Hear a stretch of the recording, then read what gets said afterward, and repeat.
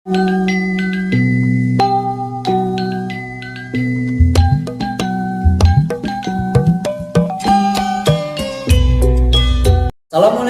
warahmatullahi wabarakatuh.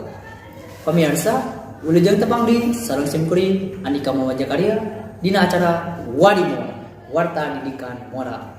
Warta anu baris kapidarkeun nyaeta dampak zonasi ke sakola favorit.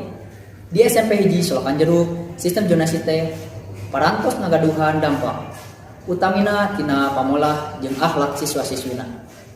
Kanggo informasi lengkapna mangga nyangakeun hasil liputanana.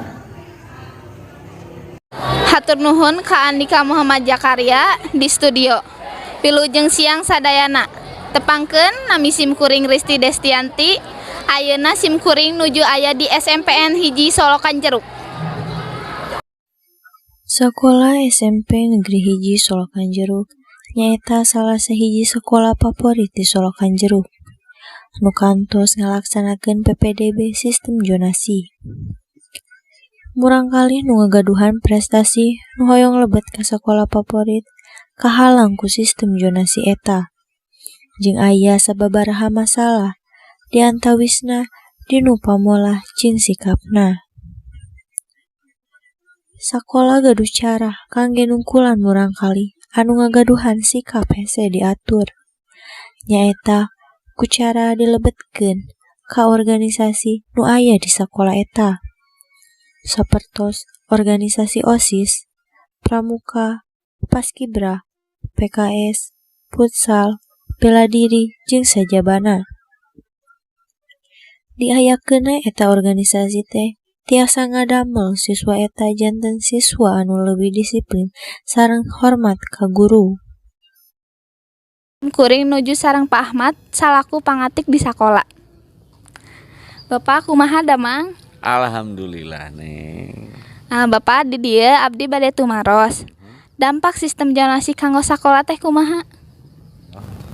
Nah, upami dipersentasekeun mah hiji panginten dampakna teh memang datangkan kecenderungan ti siswa itu sendiri. Pemahaman kompetensina teh nya standarna teh leutik lah. Kuduna geus kanu mangkoket deh. Yen mun diperbandingkeun mah eusina kan geus pepek. Sarupaning naon rupa-rupa ka eusina geus rupa-rupa otomatis meureunan. Lamun nyokot kana naon disiplin kailmuan mah geus loba nya kudu loba nu dikuasai di SMP mah deui tina tingkat ekonomi ge beda nya. Jadi efekna mah kitu teh naon sumarambah kana sagala nya. Hiji kana sarana contona kakara tahun kamari manggihan budak anu ngagoloncong kursi ti luhur tangga bari ditajong ti luhur. Kan ieu geus lamun dikadin kana akhlak mah kan geus terus efek ka sakola anu lainna nya. Jadi tina sarana selain bangku, lingkungan, tatangkalan gitu Neng nya. Nya loba nu kaganggu lah. Harapan pribadi ya, simkuring sebagai pangatik di SMP hiji Solokan Jeruk mugia beureunan ngeus lah pamarentah teh ku diayakeunana sistem zonasi gitu kan. Bapak ngadepkeun budak anu tadi teh mohon. Oh eta nya tah dalam hal ieu mah kebetulan gitunya dina hal ieu mah alhamdulillah di SMP hiji Solokan Jeruk mah nya alhamdulillah kaitung dibandingkeun jeung sakola anu lain mah boga binaan eskul anu euyeub. Aya kana 12 bidangna.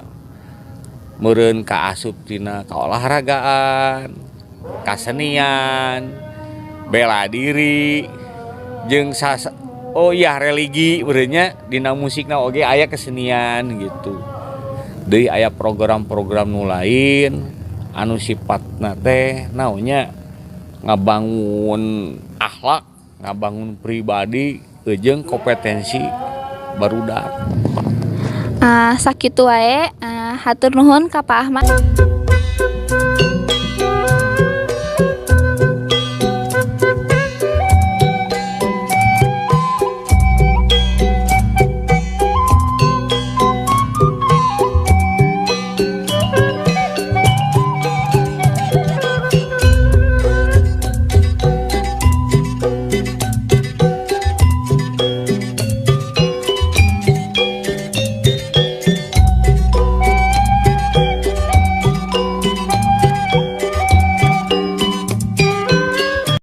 bisa didugikan Wadimor Warta Didikan Moral ngalaporkeun.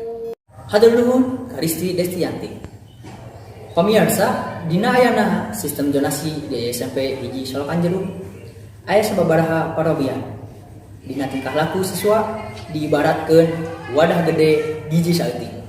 Janten sakola teh kedah tiasa marobih siswa janten siswa anu berprestasi. Rasa mung cekap sakitu nu dipikahatur hapunten bila aya bobo sapanon carak sapakan simkuring Andika Muhammad Jakaria dina acara Wadimor Warta Didikan Moral.